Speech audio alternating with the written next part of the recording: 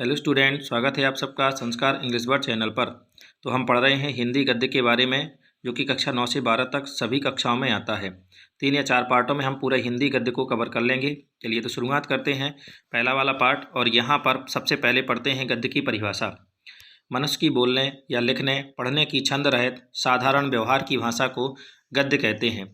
ठीक है, अगर आपसे पद्य की डेफिनेशन पूछी जाए तो जहाँ पर इसमें लिखा है छंद रहित, वहाँ पर आपको छंद युक्त कर देना है। क्लियर हुआ। गद्य की प्रमुख विधाएं 6 होती हैं: निबंध, उपन्यास, कहानी, नाटक, एकांकी और आलोचना। गद्य की गौण विधाएं जीवनी, आत्मकथा, संस्मरण, रिपोर्तार्च आदि। इसके बाद पत्र, जिसमें जो आदि लिखा है यानी डायरी, पत्र लेखन, ये सभी विधाएं उसके अंतर्गत आ जाती हैं। अब आपसे क्वेश्चन में पूछा जाता है कि हिंदी गद्य की प्रमुख विधाएं कौन कौन सी हैं। तो प्रमुख विधाओं में आप निबंध, उपन्यास, कहानी, नाटक, एकांकी और आलोचना लिख सकते हैं। फिर इसके साथ साथ आपसे ये भी पूछा जाता है कि हिंदी गद्य की गौण विधाएं कौन कौन सी हैं। तो आपके सामने ये 3-4 लिखी हुई हैं। क्लियर हुआ। चलते हैं तो पहली विधा पर आ जाते हैं, जो कि निबंध है। निबंध है, ये 2 शब्दों से मिलकर के बना हुआ है। नि धन बंध। नि का अर्थ होता है नियम और बंध का अर्थ होता है बंधा हुआ, अर्थात नियमों से बंधी हुई गद्य रचना को हम निबंध कहते हैं। ये निबंध की परिभाषा हो गई। अब आपके पेपर में विभिन्न विद्वानों के अनुसार आती है परिभाषा। तो चलिए पढ़ते हैं। सबसे पहले पढ़ते हैं आचार्य रामचंद्र शुक्ल के अनुसार, यदि गद्य कवियों या लेखकों की कसौटी है तो निबंध गद्य की कसौटी है। ठीक है, प्रश्न में आपसे ये पूछा जा सकता है कि निबंध को गद्य की कसौटी किसने कहा है, या निबंध गद्य की कसौटी है, यह कथन किसका है। तो ये कथन हमारे आचार्य रामचंद्र शुक्ल जी का है। फिर दूसरे अपने आते हैं यहाँ पर विद्वान, जिनका नाम है बाबू गुलाब राय। तो इनके अनुसार निबंध उस गद्य रचना को कहते हैं जिसमें एक सीमित आकार के भीतर किसी विषय का वर्णन विशेष निजीपन, स्वच्छंदता, सजीवता तथा आवश्यक संगति और संबद्धता के साथ किया जाता है। अब बहुत सारे बच्चे इसमें सोचेंगे कि सर हम इनमें कुछ शब्द अपने बदल दें। तो ये विद्वानों की जो डेफिनेशन है, इनमें हम शब्द नहीं बदल सकते हैं। क्लियर हुआ। आ जाते हैं निबंध के प्रकार। तो निबंध 4 प्रकार के होते हैं: विचारात्मक, भावात्मक, वर्णनात्मक और विवरणात्मक। जो विचारात्मक निबंध होते हैं, इनमें विचारों की प्रधानता होती है। भावात्मक निबंध में भावों की प्रधानता होती है। वर्णनात्मक निबंध वर्णन प्रधान होते हैं और विवरणात्मक निबंध विवरण प्रधान होते हैं।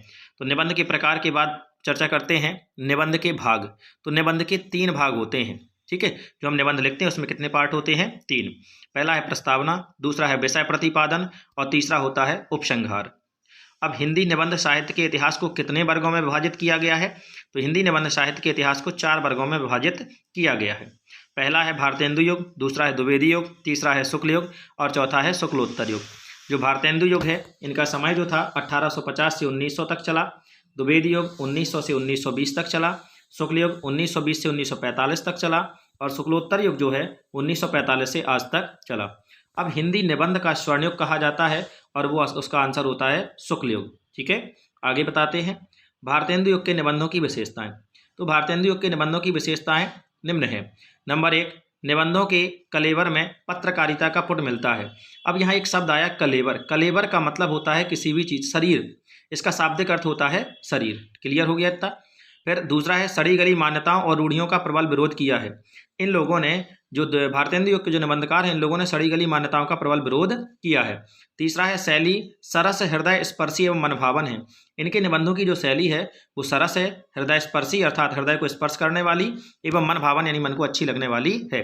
तीसरा है निबंधकार अंधानुकरण के घोर विरोधी थे। निबंधकार अंधानुकरण के घोर विरोधी थे। अब ये अंधानुकरण शब्द जो आया, अंधानुकरण का अर्थ होता है बिना सोचे समझे किसी की नकल करने के लिए तत्पर हो जाना। क्लियर। तो इस बात के लोग विरोधी थे। आगे आप बात करते हैं निबंधकार। ये भारतेंदु युग के निबंधकार हैं।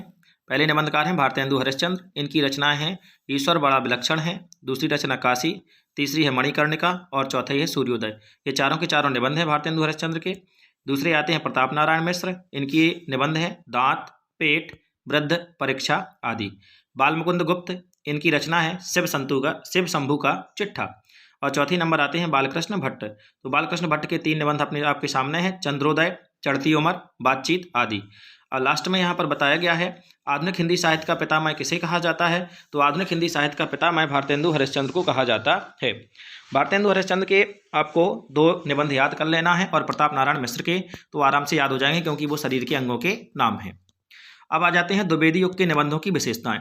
तो द्विवेदी युग के निबंधों की विशेषताएं निम्न हैं। नंबर 1, निबंधों में गंभीरता का समावेश है।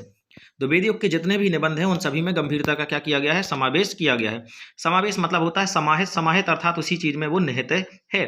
दूसरा है निबंधों की भाषा परिमार्जित है। आप लोगों ने कई जगह पढ़ा होगा कि भाषा शुद्ध साहित्यिक परिमार्जित खड़ी बोली है, इस प्रकार से। तीसरा है सरल एवं प्रचलित शब्दावली में कहीं कहीं व्यंग्य किए गए हैं। इनकी शब्दावली सरल तो है लेकिन कहीं कहीं क्या किए गए हैं, व्यंग्य किए गए हैं। और चौथा है हिंदी में समालोचना शैली का सूत्रपात भी इसी युग में हुआ है। समालोचना शैली का सूत्रपात भी इसी युग में हुआ है। ठीक है, यह भी पूछा जा सकता है कि समालोचना शैली का सूत्रपात किस युग में हुआ है। द्विवेदी युग के प्रवर्तक आचार्य महावीर प्रसाद द्विवेदी हैं और इन्होंने सरस्वती पत्रिका का संपादन किया है। द्विवेदी युग के प्रमुख निबंधकार महावीर प्रसाद द्विवेदी, इनकी रचना विचार भी थी। दूसरे हैं चंद्रधर शर्मा गुलेरी, इनकी जो रचना है वो है कछुआ धर्म। और तीसरा है सरदार पूर्ण सिंह, तो इनकी रचना क्या है, कन्यादान। क्लियर हुआ। जो द्विवेदी युग के जो प्रवर्तक हैं वो कौन है, आचार्य महावीर प्रसाद द्विवेदी। और इन्होंने किस पत्रिका का संपादन किया, तो इन्होंने सरस्वती पत्रिका का संपादन किया। इस प्रकार से हमारा ये वाला पार्ट आज कंप्लीट होता है। नेक्स्ट वाले पार्ट में हम इसके आगे पढ़ेंगे शुक्ल युग और शुक्लोत्तर युग की विशेषताएं। ठीक है, हमारे इस चैनल पर 9 से लेकर के 12 तक के सभी विषयों का अध्ययन कराया जाता है। यदि आप और अन्य विषय की वीडियो देखना चाहते हैं तो हमसे संपर्क कर सकते हैं।